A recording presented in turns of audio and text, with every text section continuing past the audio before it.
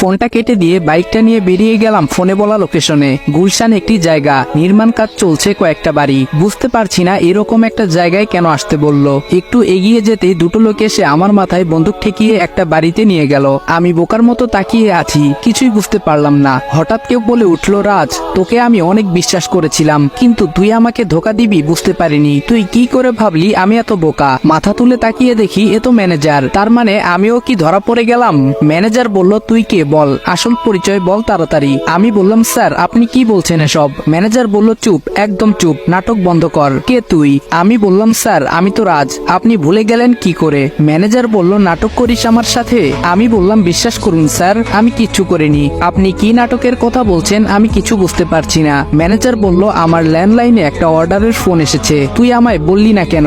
এই রে, এ তো মহা মুশকিল। যতটা বোকা ভেবেছিলাম ততটা বোকা নয়। ম্যানেজার বলল, এই হারামির বাচ্চা কথা বল। আমি বললাম, স্যার বিশ্বাস করুন আমি কিছু করিনি। আমি ফোনটা কেটে যাওয়ার পর আপনাকে ফোন দিয়েছিলাম, কিন্তু ঢোকেনি। পকেট থেকে ফোনটা বের করে ম্যানেজারকে ফোনের টাইম আর তারিখ দুটোই দেখাই। ভাগ্য ভালো সেদিন ম্যানেজারের নাম্বারে দুবার কল করে রিং হওয়ার আগেই কেটে দিয়েছিলাম। আমি বললাম, স্যার বিশ্বাস করুন আমি কাজের চাপে পরে আপনাকে জানাতে ভুলে গেছিলাম।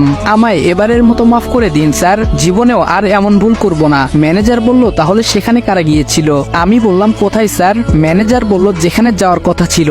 যাক গে, বাদ দে, এই তোকে লাস্ট সুযোগ দিলাম, কিন্তু আবার যদি প্রমাণ পাই তুই এসবের পিছে কলকাঠি নাড়ছিস তাহলে কিন্তু জানে মারা পড়বি। আমি বললাম, স্যার আপনি আমায় বিশ্বাস করতে পারছেন না? আমি কেন আপনার ক্ষতি করব, যে আপনি আমার এত বড় উপকার করলেন?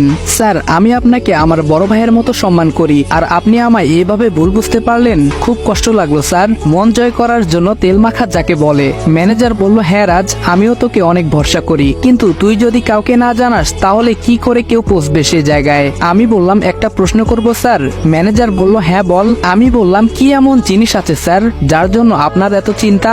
ম্যানেজার বলল, ও কিছু না, এত কিছু তোর জানার কোনো প্রয়োজন নেই, যা বাসায় চলে যা। চোরের মতো এড়িয়ে গেল কথাটা, কিন্তু কোনো লাভ নেই ব্রো। আদিবের হাত থেকে বেশি দিন পালিয়ে বাঁচা অসম্ভব। ওখান থেকে ছাড়া পেয়ে সোজা বাসায় চলে এসেছি। নিজের রুমে যাব অমনি কেউ পেছন থেকে নাম ধরে ডাকলো। আমি বললাম, জি। মা বলল, তোমার সাথে দুটো কথা ছিল, একটু সময় হবে তোমার? আমি বললাম, জি বলুন, আমি শুনছি। মা বলল, আর তো মাত্র 12 দিন বাকি, তারপরেই আমাদের মেয়ে আরিশফার বিয়ের তারিখ ঠিক করা হয়েছে। আমি বললাম, তো?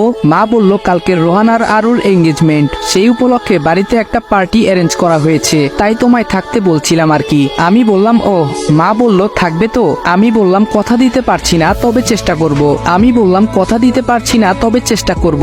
বাবা বলল, তুমি তো আমাদের ছেলের মতো, আর আরু মা তো তোমার বোনের মতো, কেন এমন করো তুমি? আমাদের নিজের পরিবার ভাবতে পারো। মা বলল, হ্যাঁ তোমার আঙ্কেল ঠিক বলেছে, তুমি একা একটা ছেলে আমাদের বাসায় থাকো, অথচ বাইরে খাওয়া দাওয়া করো, ঘুরে বেড়াও, এটা আমাদের ভালো লাগে না বাবা। আমি বললাম, ঠিক আছে আমি চেষ্টা করব থাকার। কথাটা বলে ওনাদের কিছু না বলার সুযোগ দিয়ে চলে এলাম নিজের রুমে। বাহ বাহ, নিজেদের ছেলেকে এত অবহেলা করলো, ছেলেটা বাড়ি থেকে বেরিয়ে গেল, একবার খোঁজ পর্যন্ত নিল না, আর এখন একটা অচেনা ছেলের জন্য কত দরদ উনাদের। কথাগুলো মনে মনে ভাবছি, তখন হঠাৎ মনে হলো ইসির কথা। তার মানে পার্টির জন্য ও ছুটি চেয়েছিল। ফোনটা হাতে নিয়ে অগ্নিকে একটা কল দিলাম। কল ধরতেই আমি বললাম, হ্যালো। অগ্নি বলল, হ্যালো স্যার। আমি বললাম, তোমায় একটা কাজ করতে হবে। অগ্নি বলল, বলুন স্যার। আমি বললাম, তোমাদের অফিস কলিগ ঈশিতা জামানের সাথে কন্ট্যাক্ট করে জানিয়ে দাও ওর ছুটি মঞ্জুর করা হয়েছে। অগ্নি বলল, ওকে স্যার, বলেই ফোনটা কেটে দিলাম। পার্টির দিন সকালে আমি ব্যালকনিতে দাঁড়িয়ে আছি, কারণ আজ কোনো কাজ করব না, বাড়িতেই থাকবো। বোনের এঙ্গেজমেন্ট বলে কথা। সকাল সকাল ঘুম ভেঙে গেছে। রুমের বাইরে বেরিয়ে দেখলাম বাইরে পার্টির অ্যারেঞ্জমেন্ট চলছে, তাই একটু ছাদের দিকে গেলাম। গিয়ে দেখি কেউ ছাদের রেলিং ধরে আকাশের পানে চেয়ে আছে। ঠিক বুঝেছেন আপনারা, সে অন্য কেউ না, ঈশি। হয়তো কোনো কিছু ভাবছে গভীর মনোযোগ দিয়ে। ভাবনায় এতটাই মগ্ন ছিল যে কেউ তার দিকে এক দৃষ্টিতে তাকিয়ে আছে, সে তা টেরও পাচ্ছে না। দেখতে অসাধারণ মায়াবী, মুখটা একদম নিষ্পাপ শিশুর মতো। কথা বলতে ইচ্ছে করছে আমার খুব, কিন্তু গম্ভীরতা ভেঙে কথা বলা ঠিক হবে না, এতে দুর্বলতা বাড়বে বই কমবে না। তাই নিজের ইচ্ছাটাকে মাটি চাপা দিয়ে নিশ্চুপ কিছুক্ষণ দাঁড়িয়ে রইলাম। পরক্ষণেই খেয়াল করলাম কেউ আমার পেছনে দাঁড়িয়ে। ঘুরে দেখি ঈশি। ঈশি বলল, থ্যাঙ্কস। আমি বললাম, হঠাৎ থ্যাঙ্কস কেন বলছেন? ঈশি বলল, ছুটি দেওয়ার জন্য। আমি কিছু বলতে যাব তার আগে ছাদ থেকে নেমে গেল। আমি অগত্যা তাকিয়ে রইলাম। একা একা ছাদেও ভালো লাগছে না, এর থেকে ভালো রুমে গিয়ে কিছু কাজ করে রাখি। রুমে ঢোকার আগে দোতলার উপর থেকে নিচে কাজ দেখতে লাগলাম। পার্টির আয়োজন দেখে মনে হচ্ছে না এখানে শুধু আংটি বদলের অনুষ্ঠানের আয়োজন চলছে, সাথে আরো কিছু হয়তো আছে, তাই এমন ভাবে সাজানো হচ্ছে।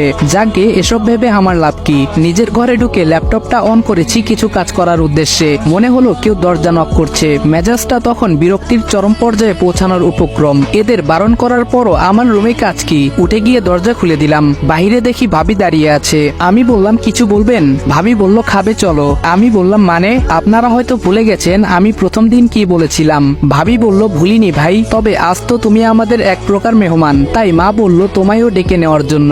আমায় আর কিছু বলতে না দিয়ে ভাবি বলল তাড়াতাড়ি এসো, নিচে সবাই বসে আছে। আজব, কেউ আমায় কিছু বলার সুযোগ কেন দেয় না? আমাকে কি মানুষ মনে হয় না? নিজেদের কথা বলে চলে যায়। তবে ভাবির কথাগুলো ঠিকই, আমি তো আজকে এদের মেহমান হয়েই বাসায় আছি, তাই এক প্রকার বিরক্তি নিয়ে নিচে নেমে এলাম নাস্তা করতে। এসে দেখি ভাইয়া, ভাবি, মা, বাবা আর ইসি সবাই আছে, সাথে নিউ মেম্বার। এদের আমি চিনতে পারছি না, হবে হয়তো কোনো রিলেটিভ। আমি আসতেই সবাই খাওয়া শুরু করলো। খাবার মাঝে বাবা আমায় বললেন রাজ। আমি বললাম জি।